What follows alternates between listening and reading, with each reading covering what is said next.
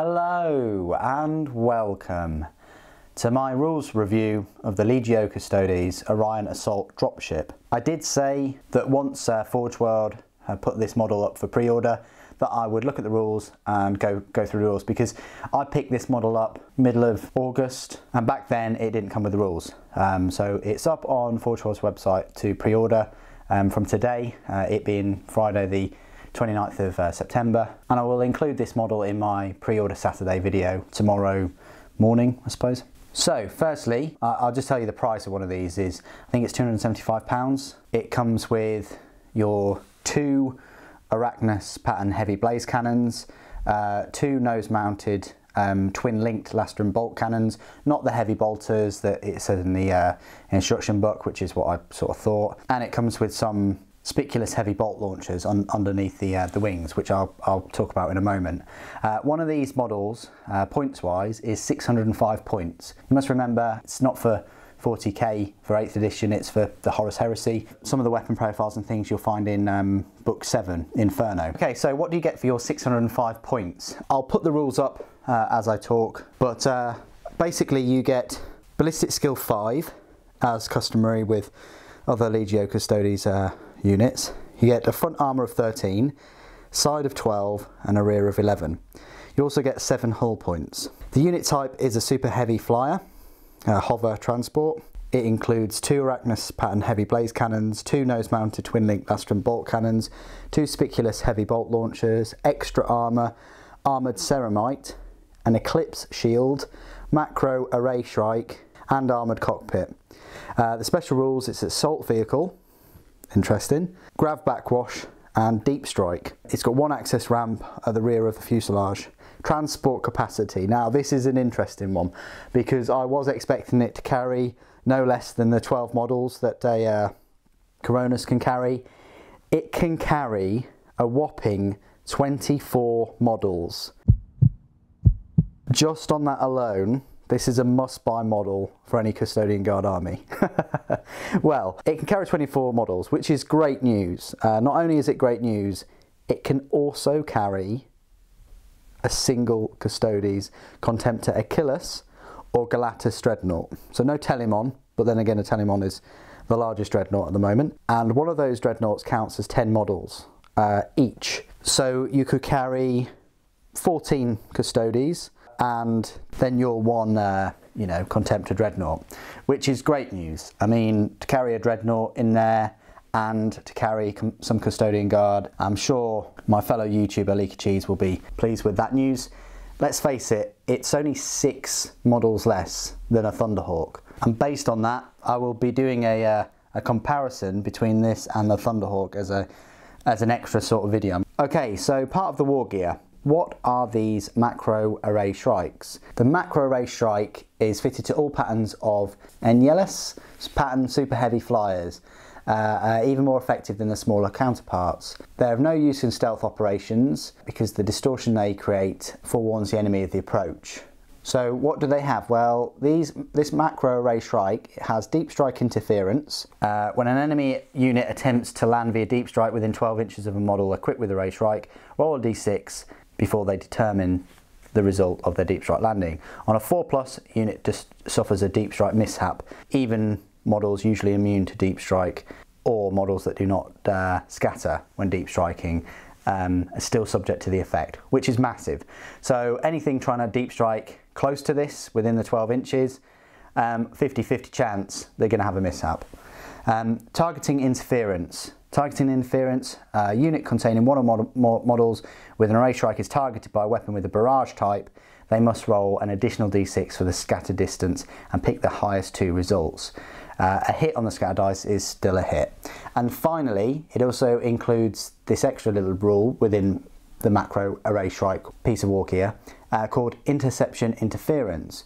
When this model enters the battlefield and any enemy units declare the use of the Interceptor special rule to fire upon it, the intercepting player must roll a d6 for each unit that is attempting interceptor fire after all such attacks have been declared. If any dice results in a 3 or less, then that unit may not make an interceptor attack that turn, but may fire as normal in its next shooting phase.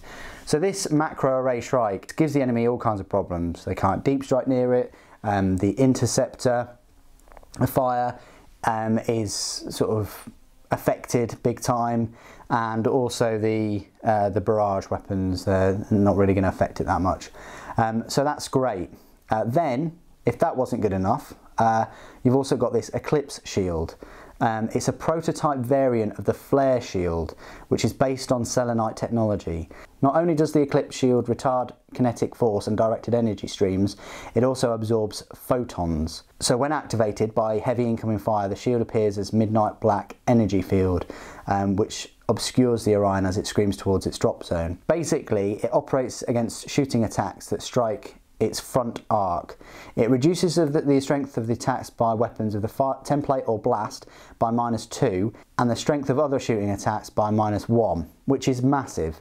For something I say only has a front armor of 13, that's pretty effective. Furthermore, if shooting attack targets the Orion's front arc and inflicts a glancing hit or penetrating hit, then it immediately gets shrouded, special rule, against all subsequent shooting attacks targeting it in the front arc during the same phase. It has no effect on close combat attacks or attacks inflicted by the destroyer, special rule. So that's pretty decent too. You get a glancing hit on this thing. To start off with, it's reducing the strength by 2 or even 1, and then once a glancing hit or penetrating hit has gone through, then it's getting this shrouded rule, which is great.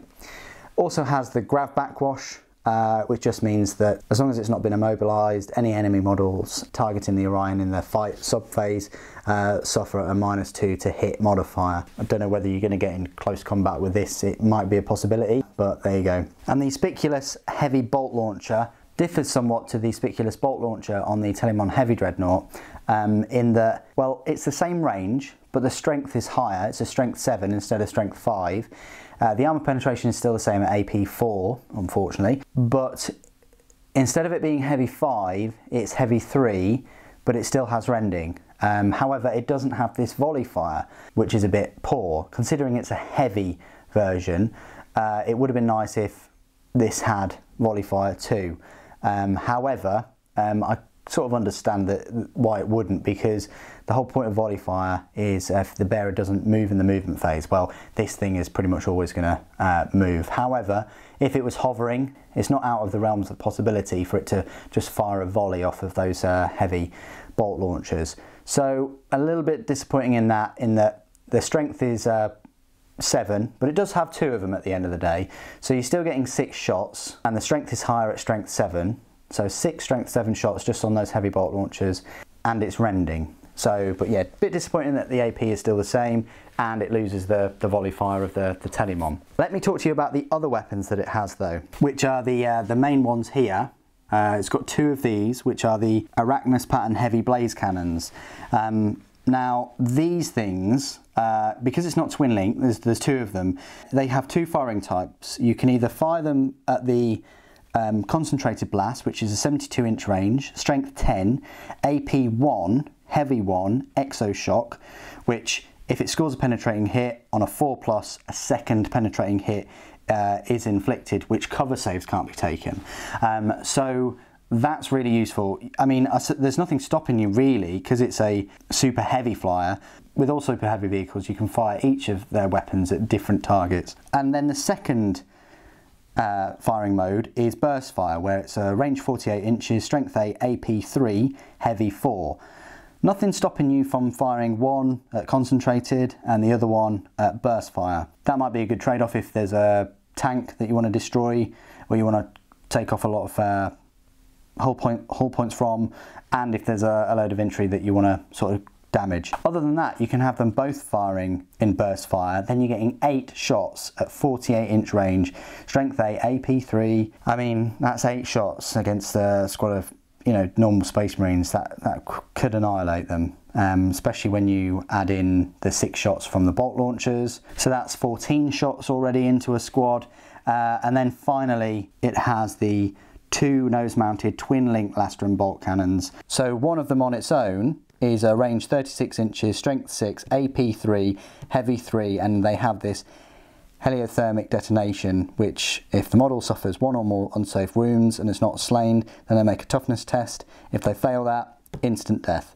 and a penetrating hit, they add +1 to the result that's rolled on a vehicle damage table. So right there, you've then got another 6 shots. So you've got 20 shots. That is going to annihilate a squad. You can split the fire so that you could have the bolt launchers and the Lastron bolt cannons at troops, specifically Space Marines because it's all AP3, and then you can have the 2 Arachnus Blaze cannons firing their exo shots at heavily armoured targets. So this thing is packing a huge punch when it comes to firepower. I mean, I would have liked sort of more shots with the bolt launchers, but I do like that extra sort of strength 7. And the armour's not too bad as well.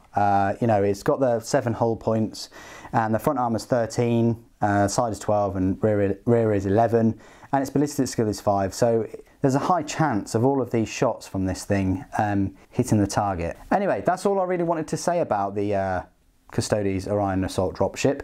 I think it's an absolutely fantastic model, and now with some incredible rules. I'm definitely going to be making a video where I compare this to the Thunderhawk, and we'll talk about the rules and the model itself and the price and all the rest of it. But for now, let me know what you think of the model and the rules that have just been released.